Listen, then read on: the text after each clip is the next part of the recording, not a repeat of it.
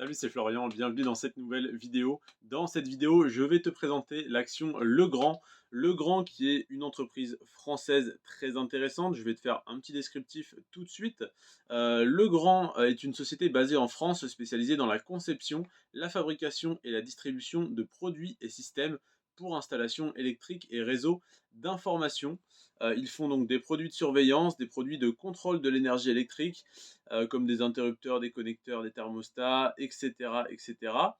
Également des heures de fumée, des connecteurs audio et vidéo, des produits de distribution d'énergie comme des disjoncteurs, des coffrets électriques, des armoires électriques, des systèmes de gestion de câbles et plein de choses en fait, tout dans le système, dans les systèmes électriques. Donc c'est forcément un secteur dont on aura toujours besoin, un secteur qui a marché par le passé, qui marchera à l'avenir, qui n'a pas une croissance énorme, qui n'a pas un dividende énorme, mais qui est en fait bon partout. Ils sont juste bons partout. Ils ne sont pas excellents sur un des indicateurs ou un autre. Juste qu'ils ont un dividende qui n'est pas très élevé, mais qui augmente très rapidement. Et ça me plaît beaucoup. Mais sinon, simplement, tous les indicateurs sont au vert. Mais il n'y a pas un indicateur qui est génial et l'autre qui fait un petit peu peur. On est vraiment juste sur de la sécurité et avec quand même des très bonnes performances. Donc on attaque tout de suite avec mes deux indicateurs préférés, les deux plus intéressants d'après moi parce que ça définit tout simplement la santé de l'entreprise, comment elle est gérée, etc. À savoir la croissance du chiffre d'affaires sur les 4 dernières années. Et donc en moyenne, sur les 4 dernières années, il y a eu 7% d'augmentation par an du chiffre d'affaires, ce qui est un assez bon résultat. On a mieux sur d'autres entreprises, on a moins bien sur certaines, mais 7% c'est un assez bon résultat. Et 7% d'augmentation du chiffre d'affaires par an en moyenne sur les 4 dernières années et 8% d'augmentation du résultat net. Qu'est-ce que ça veut dire? Ça veut dire que l'entreprise est de mieux en mieux gérée, que les coûts sont de mieux en mieux optimisés et que donc, oui, ils augmentent le chiffre d'affaires, mais ils augmentent d'autant plus le résultat net. Donc, c'est une très bonne nouvelle.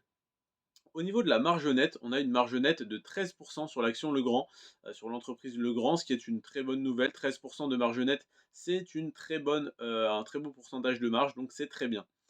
Au niveau du ROE, c'est le retour sur investissement des capitaux propres, le Return on Equity, hein, pour ceux qui se demanderaient peut-être pourquoi ça s'appelle ROE alors que c'est retour sur capitaux propres, c'est parce que c'est toujours en anglais les noms. C'est comme ROA, c'est Return on Active, donc je sais pas comment ils prononcent, mais voilà, c'est retour sur l'investissement des actifs. Donc le ROE de Legrand, il est de 17, ce qui est très bon. Ça veut dire que les capitaux propres que détiennent l'entreprise obtiennent un rendement de 17%, ce qui est excellent. Et le ROA, c'est le retour sur investissement des actifs, comme je te le disais, qui est à 7%. C'est à peu près dans la moyenne. Il y a mieux, il y a moins bien, c'est pareil. On n'est pas trop mal à 7%. Cependant, ils ont que, entre guillemets, 13 milliards d'actifs, si on compare à Vinci qui a 80 milliards, pour vous donner un ordre d'idée. Et 13 milliards d'actifs, donc ça n'est pas trop peu, mais ça n'est pas énorme non plus. Et quand on a si peu, je remets entre guillemets, entre parenthèses, si peu d'actifs, on peut s'attendre à un rendement sur les actifs un petit peu supérieur, mais ça n'est absolument pas gênant. Donc je te le disais, 13 milliards d'euros d'actifs, donc voilà, tout leur matériel, leurs locaux, etc. est évalué à 13 milliards, ce qui est déjà pas mal du tout. C'est pas une petite entreprise, voilà, c'est déjà très bien. Et voilà, donc ça c'est les indicateurs fondamentaux qui nous montrent que la santé de l'entreprise est juste excellente. Maintenant, on va voir les indicateurs un petit peu plus, disons, superficiels, c'est-à-dire la croissance et le dividende, qui sont tout de même intéressants et importants à prendre en compte.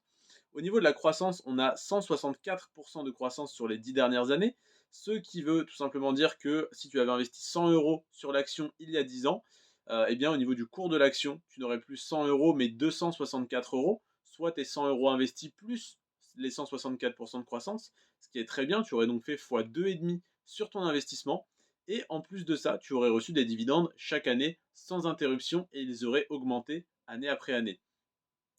Au niveau du PER, donc qu'est-ce que c'est le PER? C'est simplement un indicateur qui te permet de savoir si l'action est surévaluée ou sous-évaluée. On a ici un PER pour l'action Legrand de 19. 19 de PER, c'est tout à fait normal. Comme je te le disais, cette action est normale en tout point. Elle a des bons résultats financiers, mais pas excellents non plus. Elle a un dividende qui est bon, mais pas excellent non plus. Une croissance qui est assez bonne, mais on a beaucoup mieux sur d'autres entreprises. On a pratiquement 10 fois mieux, entre 5 et 10 fois mieux sur d'autres entreprises. Donc c'est très bien, mais on peut avoir beaucoup mieux, bien sûr. Donc ça joue vraiment la sécurité. C'est un petit peu comme Sanofi. Voilà, c'est des entreprises d'un secteur défensif dont on aura toujours besoin, mais qui ne vont pas faire x10 du jour au lendemain, comme pourrait le faire, je ne sais pas, Tesla ou une autre entreprise un peu plus spéculative. Donc 19 de PER, quand on est entre 0 et 20, ça me convient. Quand on est au-dessus de 20, il faut voir le secteur. Il y a des actions sur lesquelles on va être à 25-30 de PER, où je comprends totalement que l'action soit un petit peu surévaluée, donc ça ne me dérange pas. Là, on est à 19, c'est parfait. Au niveau des années consécutives de versement du dividende, ça fait 16 ans que le dividende de Legrand est versé sans interruption et ça fait 13 ans qu'il n'a pas diminué. Ça, c'est très important, le fait qu'il n'ait pas diminué depuis un certain nombre d'années, parce qu'un dividende qui est versé depuis 40 ans, c'est très bien. Ça montre que chaque année, depuis 40 ans, l'entreprise fait l'effort de verser un dividende. Mais si celui-ci était de 14 euros, puis qu'il est passé à 20 centimes, puis à 8 euros, puis à 2 centimes, eh bien, ça n'est pas très intéressant parce qu'on n'a pas de stabilité et on n'a pas de vision. On ne peut pas se projeter sur les revenus versés par l'entreprise, les dividendes versés par l'entreprise dans les années à venir. Si on a un dividende qui est très incertain, qui est en dents de scie, on ne sait pas si l'année prochaine il va augmenter ou s'il va diminuer. Alors que là, on sait qu'il augmente progressivement et en plus de ça, de manière régulière et assez rapide. Donc 16 années de versement consécutifs, dont 13 années depuis lesquelles il n'a pas diminué, il ne fait que de stagner ou d'augmenter. Et en l'occurrence, il ne fait que d'augmenter et à un rythme très intéressant de 13% par an. 13% d'augmentation du dividende en moyenne par an sur les 10 dernières années. C'est-à-dire de 2013 à 2014, 13%, 2014-2015, 13%, etc. C'est une moyenne. Bien sûr, des années, il a peut-être stagné ou il a peut-être augmenté de 5%, d'autres années, il a augmenté de 20%, c'est tout à fait possible. En tout cas, sur les 10 dernières années, ça fait une moyenne de 13% par an, ce qui est excellent. Et à mettre en relief cet indicateur de 13% d'augmentation par an du dividende avec l'augmentation du résultat net par an. Très important parce que si l'entreprise gagne, là en l'occurrence 8% de plus en moyenne chaque année et verse 13% de plus sur le rendement du dividende, eh bien un peu par un peu, elle grignote dans ses marges, et enfin pas dans ses marges mais dans ses résultats nets, et donc chaque année, le payout ratio, c'est un autre indicateur que je prends en compte et dont je ne te parle pas dans cette vidéo pour pas faire une vidéo à rallonge non plus, mais le payout ratio, c'est tout simplement le pourcentage des bénéfices qui est reversé, donc le pourcentage du résultat net qui est reversé aux actionnaires sous forme de dividende. Et forcément, si le résultat net plus rapidement que augmente, si le dividende pardon, augmente plus rapidement que le résultat net, eh bien ça veut dire que le payout ratio de l'entreprise va augmenter un peu par un peu, et donc au bout d'un moment, ils ne pourront plus autant augmenter le dividende, voire même ils ne pourront plus le supporter, donc plus le payer, ils vont devoir le diminuer. Donc là, attention, on a le dividende qui augmente un petit peu plus rapidement que le résultat net, même si évidemment la statistique de l'augmentation du dividende, c'est sur les 10 dernières années. Celle du résultat net, je ne l'ai que sur 4 ans, parce qu'on n'a pas les résultats financiers d'il y a plus de 4 ans, en tout cas sur les sites d'information classiques comme ceux que j'utilise. Là, en l'occurrence, pour cet indicateur, c'est zone bourse. Et pour le rendement du dividende et pour l'augmentation du dividende, c'est rendement bourse. Donc zone bourse pour les fondamentaux et rendement bourse et Boursorama pour les indicateurs un petit peu plus superficiels. Donc comme tu le vois, déjà, j'utilise 3 sites différents pour avoir des informations parce qu'on ne peut pas toutes les trouver au même endroit, ça serait trop simple, bien évidemment. Donc ça me prend énormément de temps rien que d'analyser une action.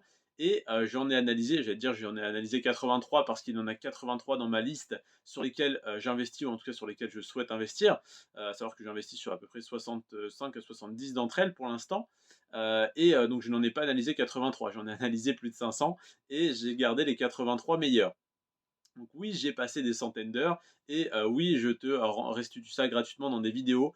Mais si tu veux me soutenir, tu peux liker, t'abonner. Si tu veux me soutenir financièrement, tu peux passer par les liens de parrainage en description de cette vidéo, ou tu peux simplement acheter la liste, donc le tableau dont je te parle et que j'utilise comme support pour te faire ces vidéos sur Amazon. Le lien est dans la description.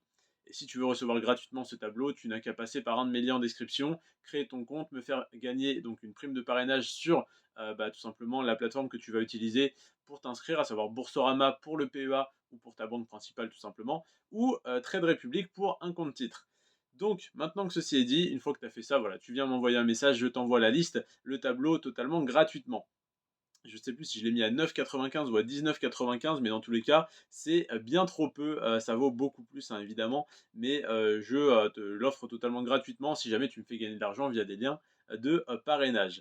Passons là-dessus et terminons avec le dernier indicateur. Donc, je te disais que le dividende augmentait de 13% par an, donc le montant du dividende. Et étant donné qu'on a une belle croissance sur le cours de l'action, le rendement du dividende n'est pas très élevé aujourd'hui au cours actuel de l'action. Par contre, si tu avais acheté l'action il y a 10 ans et que tu la détenais toujours aujourd'hui, tu aurais bien sûr un rendement de plus de 5 à 6% sans aucun souci.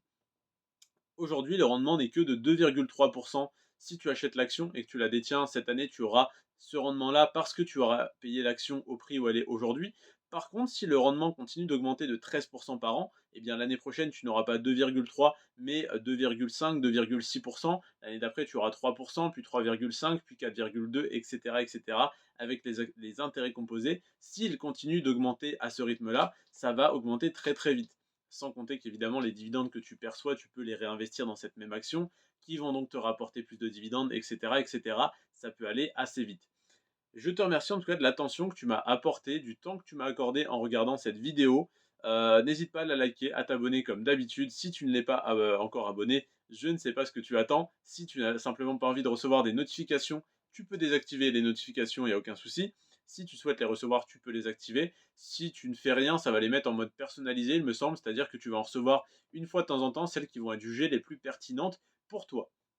Donc je te remercie si tu le fais et sinon, bah, n'hésite pas si tu as des questions à venir me les poser sur le groupe Telegram en premier lien dans la description. On est une quarantaine sur ce groupe. Le groupe que j'ai fait sur la chaîne YouTube Florian Frontalier Suisse a beaucoup plus décollé parce que les gens viennent chercher des infos et ils ont raison. Donc on est 130 ou 140 sur ce groupe. Par contre, sur le groupe Florian Rentier à 30 ans, au moment où je te tourne cette vidéo, on est mi-janvier. On est une quarantaine, il me semble, oui, on est 40 tout pile. Donc n'hésite pas à nous rejoindre, n'hésite pas à poser tes questions, à dynamiser un petit peu ce groupe. Tiens, comment j'ouvre mon PEA? Tiens, sur quelle action je peux investir? Ma situation, c'est ça, ça, ça. Hop, tu arrives sur le groupe, petite présentation ou un petit message. Hop, et puis si tu as une question, tu la poses, je ferai tout pour t'aider. Et bah, c'est interactif, hein, évidemment, tout le monde peut répondre à tout le monde. Alors il y a beaucoup plus d'interactions, comme je te disais, sur le groupe Frontalier Suisse, parce que chacun a des infos à sa portée. Là, vous êtes beaucoup à n'y rien connaître et à donc simplement poser des questions. Mais si tu as la réponse à la question de quelqu'un d'autre, pareil, tu peux répondre. Bref, c'est vraiment cool l'ambiance sur les groupes Telegram, donc n'hésite pas à nous rejoindre. En tout cas, tant que tu es abonné, que tu regardes mes vidéos, c'est déjà très gentil, c'est déjà un énorme soutien. Sur ce, prends soin de toi et de tes finances. Et moi, je te dis à demain pour l'analyse de l'action Cap Gemini. C'était Florian. Ciao.